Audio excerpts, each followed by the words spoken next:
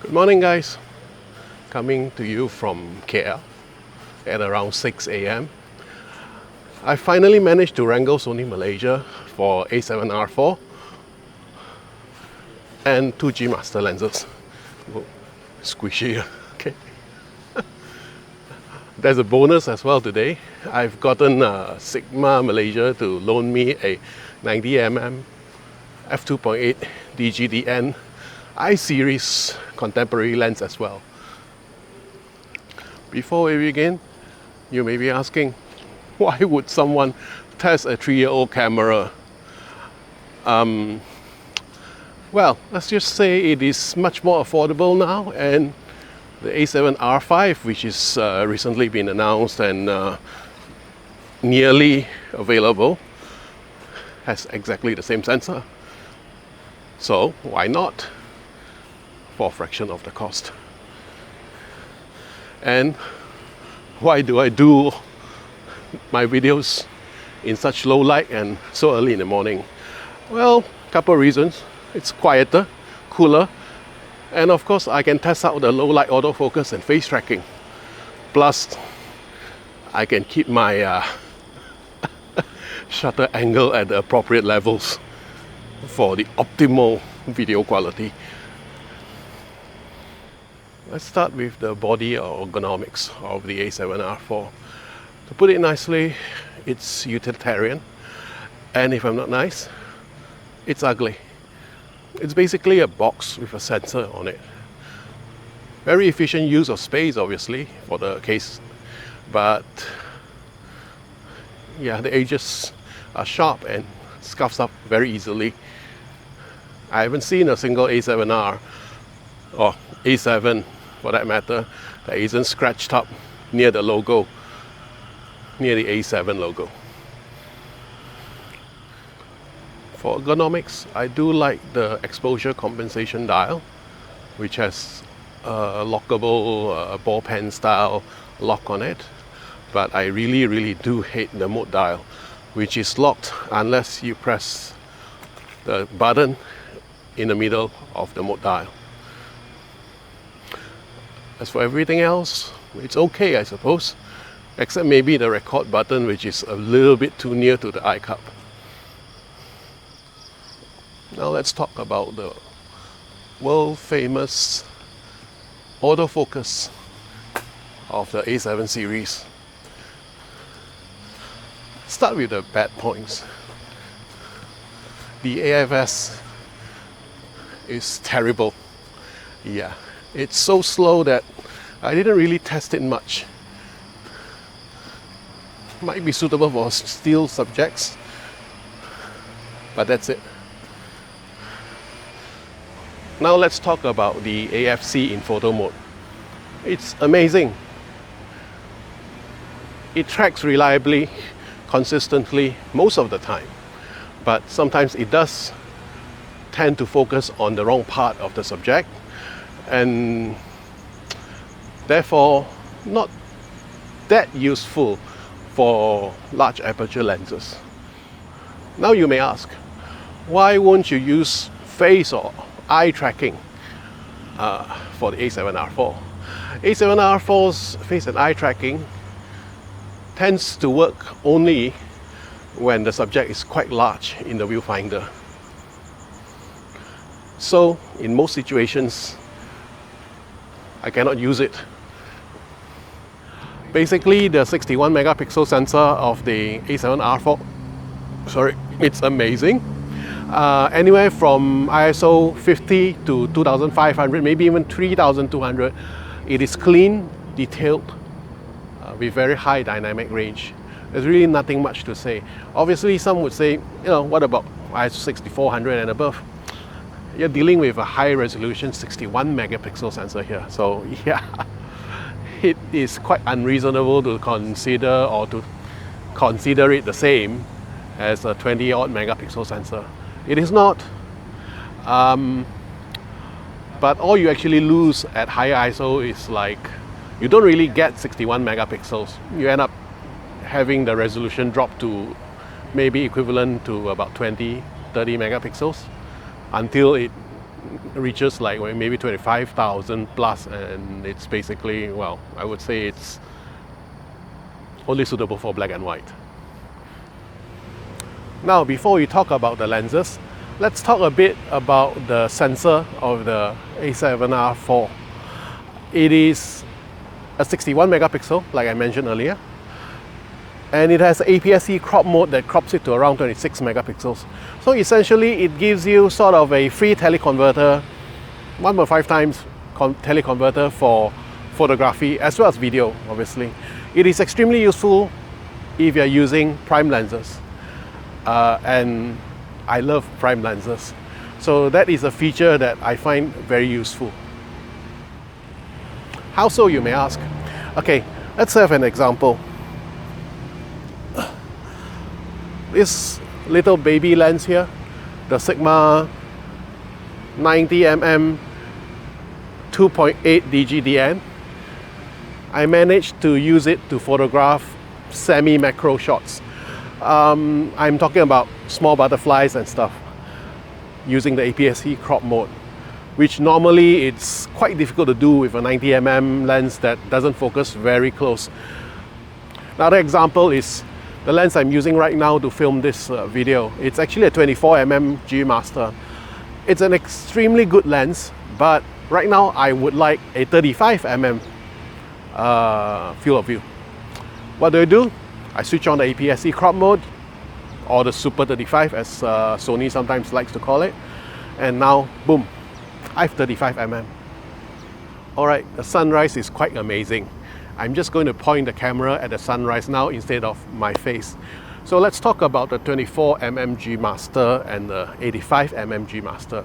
Both lenses focuses quickly, are very sharp, optically very good. There's really nothing much to say about them, except that the longitudinal chromatic aberration control seems to be a bit lacking for both lenses. That's blasphemy. G Master lenses not so good. Are you sure? Yes, I've tested the Nikon Z or Z system f1.8 primes, as well as the Fujifilm top-end primes, the f1.2 and 1.4, the 23mm, the 40, the 33mm, the 56mm from Fujifilm. The lenses from those companies control Loka much better than these two G Master lenses. Maybe they're not the best G Masters, but still my expectations were a bit high once you have this red label on it. Now you may think, Loka is easy to correct. Yes, it is, if you do it per photo.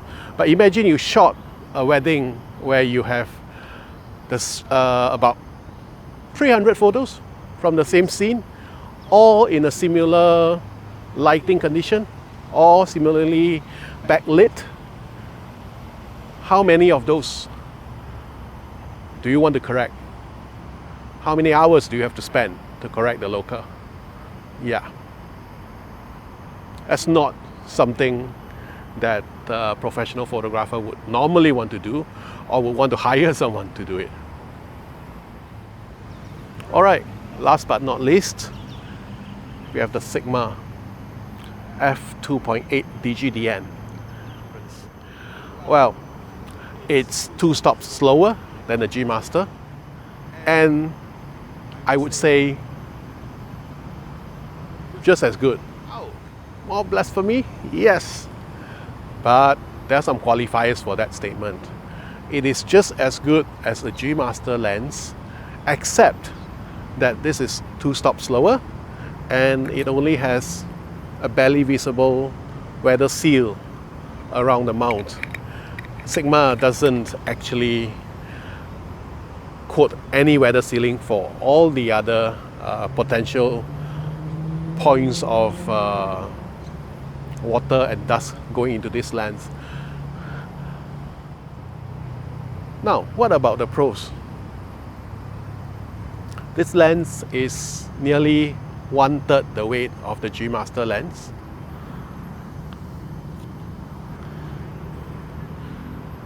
Alright, maybe 1/3 the size, half the price, and optically it is excellent wide open. The CA control, the local control of this lens is actually a little bit better than the two G Master lenses at f2.8, of course. It doesn't do f1.4. Sharpness is excellent. Autofocus is quick. I don't think there's much to nitpick. So do you really need a f1.4 lens, or can you make do with a f2.8 lens, which is smaller and lighter?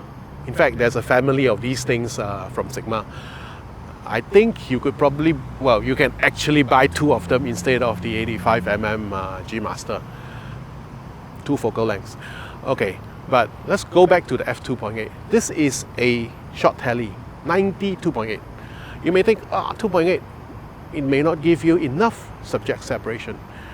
Yes, it may not be enough, but for certain situations, if you are careful, you can get reasonably good subject separation from the background, if you are careful with where you position your subject and where the background is.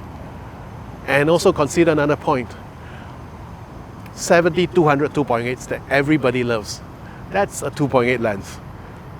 Well, if you can pay 3 or 4 times as much for a 2.8 lens, why not this one? And maybe zoom with your feet sometimes? Who knows? Ultimately, it's a very personal decision. I cannot tell you whether this is good or not. You decide.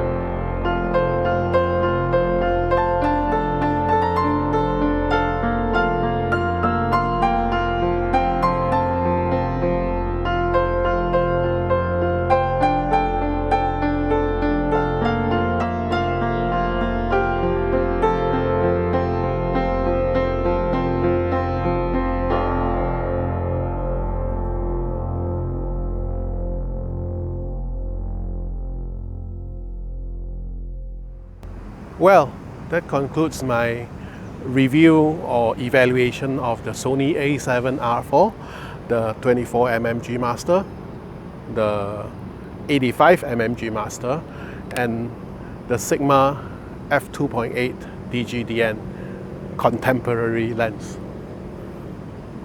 Thank you for watching. If you have any questions, please drop them in the comments and I will try to answer them as soon as possible. And do come back again, I mean in the future. Alright, that's enough. Goodbye.